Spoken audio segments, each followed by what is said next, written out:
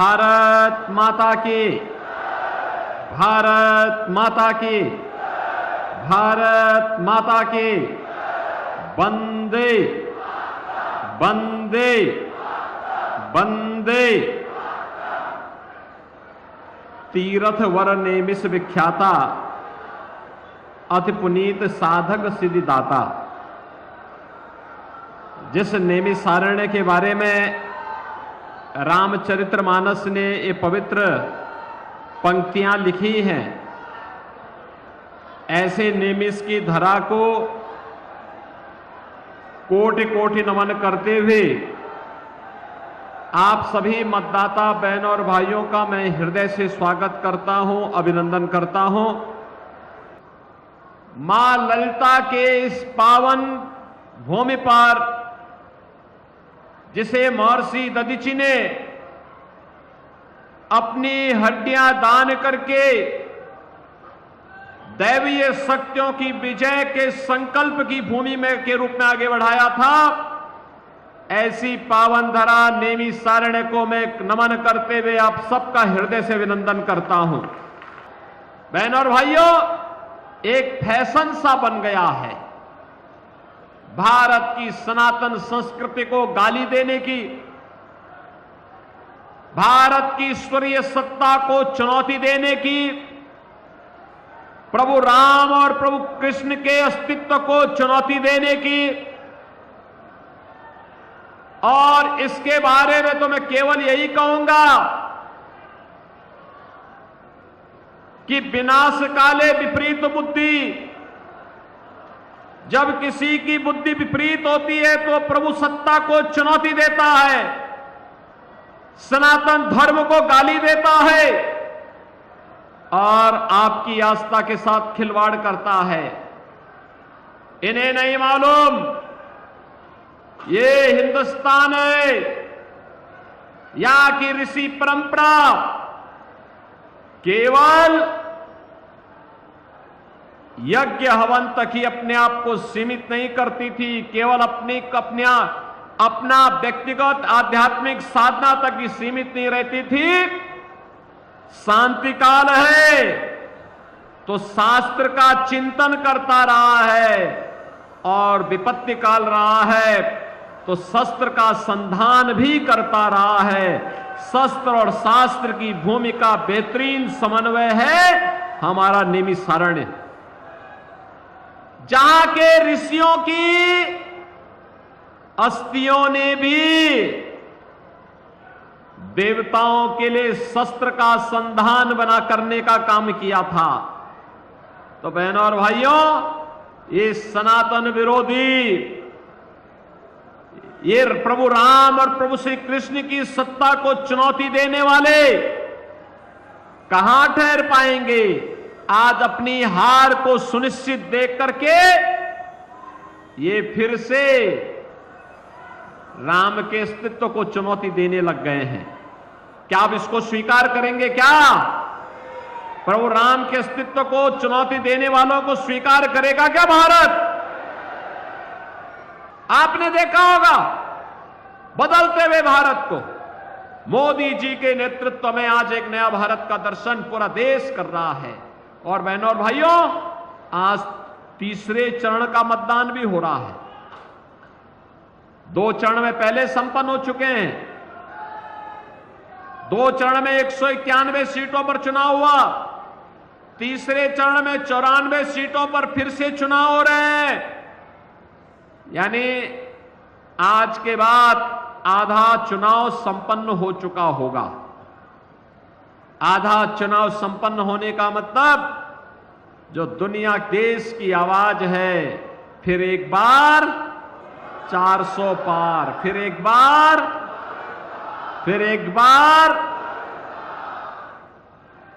ये जो 400 पार का जो लक्ष्य है बहनों और भाइयों, यह नजदीक आ चुका है और इसके लिए आप सबको लगना पड़ेगा।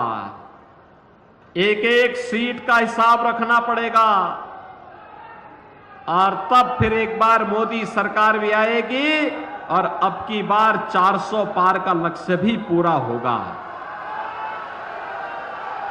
जिस भारत की सीमाएं सुरक्षित हुई हैं, जहां आतंकवाद के सामने घुटना सरकार नहीं टेकती, बल्कि आतंकवाद को नेस्तनाबूद करके हमेशा के लिए उसकी राम नाम सत्य है कि यात्रा निकालने का जज्बा जिस सरकार में रहा हो, हमने उस सरकार को देखा है जिसने भारत विरोधी वे सभी प्रावधान समाप्त किए, चाहे वह धारा 370 का मामला हो, चाहे वह इस देश के अंदर आतंकवाद और नक्सलवाद की जड़ जहां भी खड़ी रही, उस बेल को नष्ट करने के लिए भारतीय जनता पार्टी के नेतृत्व की मोदी जी की सरकार ने वे सारे उपाय आने वाली पीढ़ी के भविष्य के लिए कर दिए हैं। हमने उस भारत को देखा है जिसमें हाईवे वर्ल्ड क्लास के बन रहे हैं, जिसमें एक्सप्रेसवे बन रहे हैं, जिसमें रेलवे और मेट्रो का बेहतरीन कार्य हो रहा है, जिसमें one district one medical college का निर्माण हो रहा है, जहां IIT, IIM, AIIMS, triple IT, NIT, world class university, one district one medical college, हर घर नल की योजना लागू हो रही है।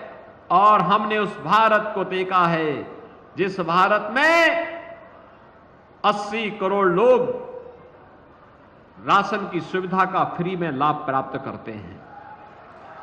बहनों और भाइयों, यही भारत था 14 के पहले गरीब भूख से मरता था, किसान आत्महत्या करता था, नौजवान पलायन करता था, बेटी और व्यापारी सुरक्षित नहीं थी। 2014 के बाद मोदी जी के नेतृत्व में कितना परिवर्तन हुआ है। 80 करोड़ लोग फ्री में राशन की सुविधा का लाभ प्राप्त कर रहे हैं। 60 करोड़ लोगों को आयुष्मान भारत में 5 लाख रुपए की स्वास्थ्य बीमा का कार्ड मिल चुका है। हर साल 5 लाख रुपए की फ्री में दवा करा सकते हैं। और बहनों और भाइयों, 50 करोड़ गरीबों के लिए जनधन अकाउंट खुल गए हैं।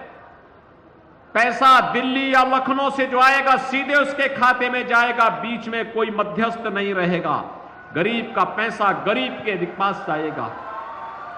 बहनों और भाइयों, 12 करोड़ किसान सम्मान निधि का लाभ प्राप्त कर रहा है। 12 करोड़ घरों में शौचालय बन गए हैं। और सर्वाधिक शौचालय बनने वाले जनपदों में से आपका सीतापुर है, जहां के गरीबों का सर्वाधिक शौचालय बने।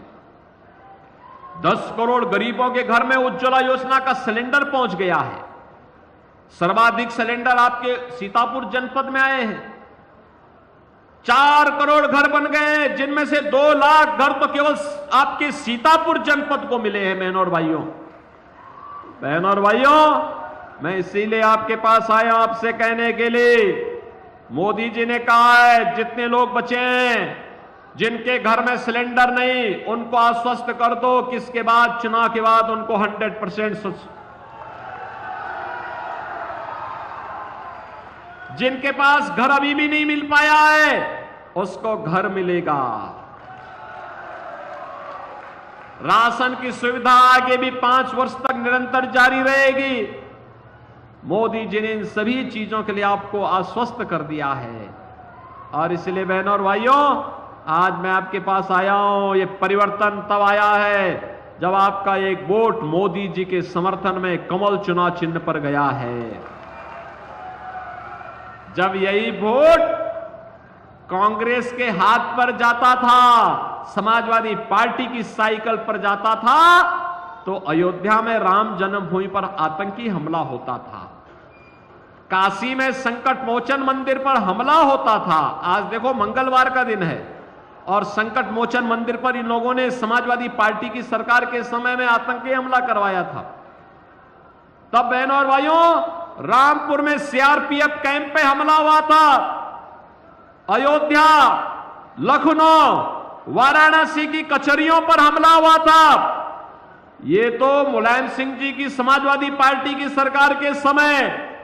और बहनों और भाइयों, उसके बाद जब अखिलेश यादव आए तो इन्होंने उन आतंकवादियों के मुकदमों को वापस लेने का कुत्सित प्रयास किया था। यानी हिंदुओं पे झूठे मुकदमे, राम भक्तों पर झूठे मुकदमे और आतंकवादियों के मुकदमों को ये वापस लेते थे। तनिक भी शर्म नहीं आती थी इन लोगों पर, तनिक भी शर्म नहीं आती थी इन लोगों को। और यही कहने के लिए हम लोग आए हैं, जो आतंकवाद के समर्थक हों, राम के द्रोहियों, वे जो माफियाओं और अपराधियों को शागिर्द हो। आपने देखा होगा परम राम भक्त, प्रदेश के विकास के लिए अहर्निश प्रयास करने वाले कल्याण सिंह जी की मृत्यु हुई। समाजवादी पार्टी ने एक भी शब्द संवेदना के नहीं व्यक्त किए। लेकिन बहनों और भाइयों, अभी एक माफिया की मौत हुई थी। उस माफिया के मरने पर फतिया पड़ने के लिए समाजवादी पार्टी के लोग उसके घर में गए थे।